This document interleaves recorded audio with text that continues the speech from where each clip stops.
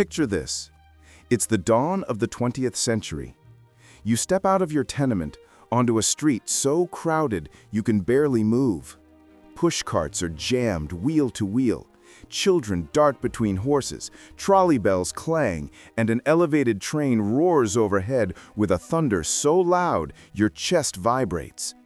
Somewhere nearby, a preacher is shouting from a soapbox, while just down the block, a labor rally spills into the streets, fists raised and banners waving. This was New York in the early 1900s. Not the glittering skyline of today, but a city exploding with people, bursting with energy, and drowning in chaos. A city where every street corner was a battlefield of noise, struggle, and survival. And in the middle of it all, nearly 3.5 million people crammed together. More than 1.8 million in Manhattan alone, the most crowded island in the world. Life here wasn't just busy. It was overwhelming, deafening, and often dangerous. Let's step into that chaos together. At the turn of the century, New York was swelling with newcomers. Immigrants poured in by the tens of thousands from Ellis Island every week.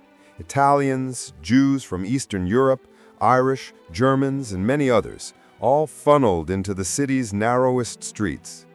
Manhattan, already overstuffed, packed people into tenements that leaned against each other like weary giants. The result? Overcrowding beyond imagination. Families of 8 or 10 squeezed into rooms meant for 2.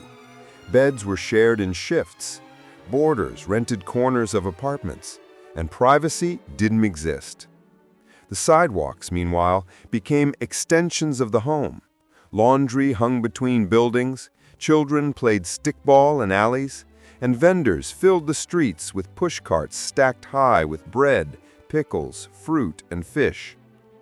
From sunrise to long after dark, Manhattan streets weren't just busy, they were alive with an almost unbearable crush of humanity. Visitors often wrote the same thing. The noise of New York was unlike anything they had ever experienced. Horses' hooves clattered endlessly on cobblestones, mixing with the screech of iron wagon wheels. More than 8,000 streetcars rattled across the city every day, each one clanging bells and grinding against tracks. Elevated trains roared above avenues, shaking windows and drowning out conversation. Whistles from ferries, factories, and steamships echoed across the rivers, while newsboys shouted headlines at every corner. Imagine living in a tenement where every sound echoed, babies crying, neighbors arguing, radios blaring, and through the thin walls, the constant thunder of the city outside. Silence was impossible. Even at night, the clamor never stopped. This endless roar wasn't just background noise, it was the heartbeat of New York, chaotic and exhausting. But perhaps nothing defined New York in the early 1900s more than its crowds. The city's streets were stages for every possible drama of the age. Labor strikes spilled into avenues as garment workers, dock workers, and newsboys marched by the thousands, shouting demands. Political rallies filled Union Square, where socialists, anarchists, and suffragists battled for attention. Religious preachers, performers, and hustlers all claimed their corners, pulling in crowds with fiery speeches, songs, or scams. And when tragedy struck, crowds gathered too.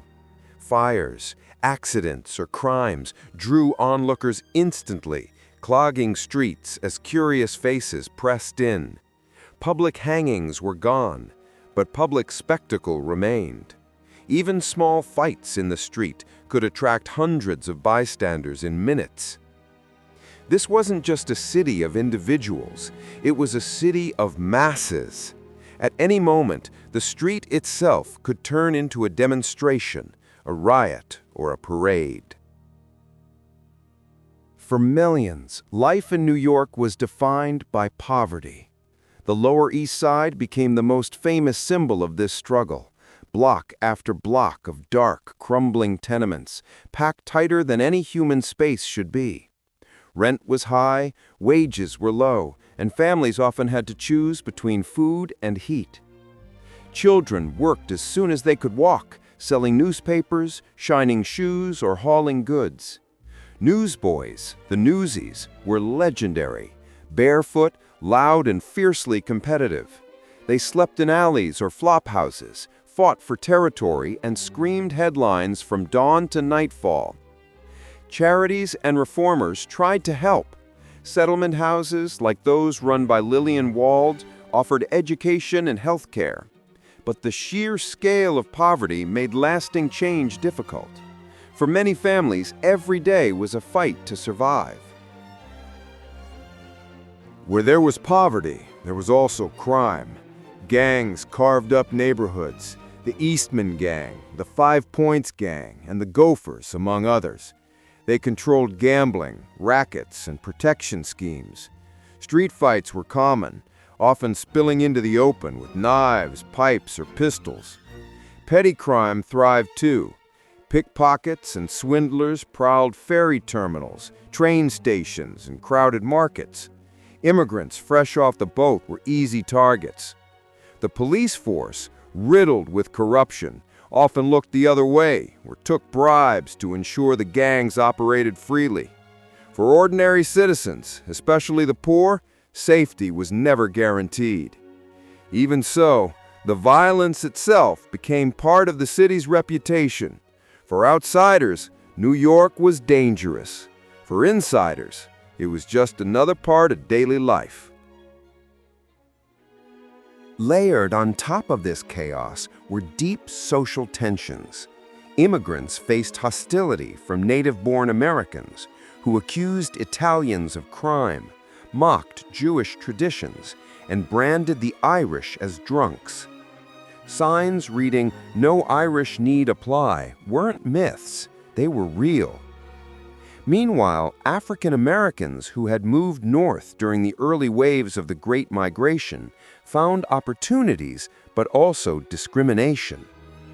Harlem was beginning to form into a cultural hub, but racism in jobs, housing, and policing was everywhere. Women fought for a voice as well.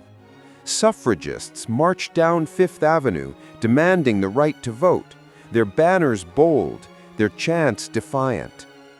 These marches sometimes drew tens of thousands, turning New York's most famous streets into arenas of protest. The city wasn't just noisy with machines, it was noisy with voices, with people refusing to be silenced. Every day, New York felt like a collision of worlds. A wealthy banker might ride uptown in a carriage, while blocks away, an immigrant mother begged for bread.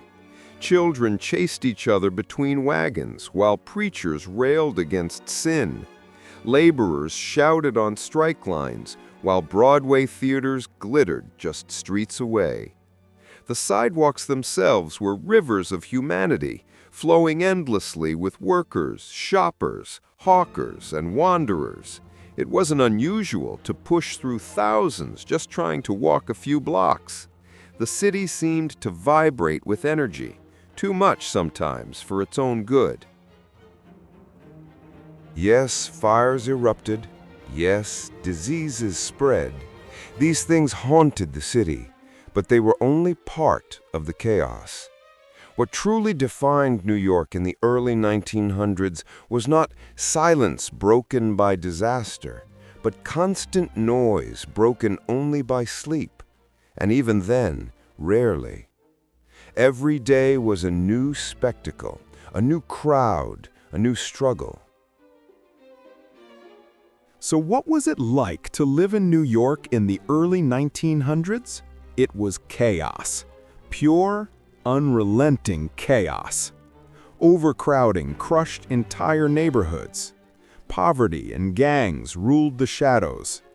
The roar of trains, trolleys, and horses filled the air without pause. And crowds, endless crowds, turned streets into battlegrounds of ideas, protests, and survival.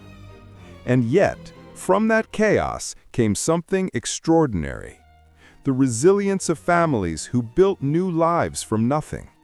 The power of movements that fought for labor rights, women's votes, and immigrant dignity. The cultural sparks that would soon ignite Harlem, Broadway, and Wall Street. New York in the early 1900s was dangerous, deafening, and overwhelming. But it was also alive, more alive than any other place on Earth. If you enjoyed this journey back into New York's past, don't forget to like this video, leave a comment, and subscribe to Good Old New York for more chaotic, unforgettable stories from the city's forgotten history.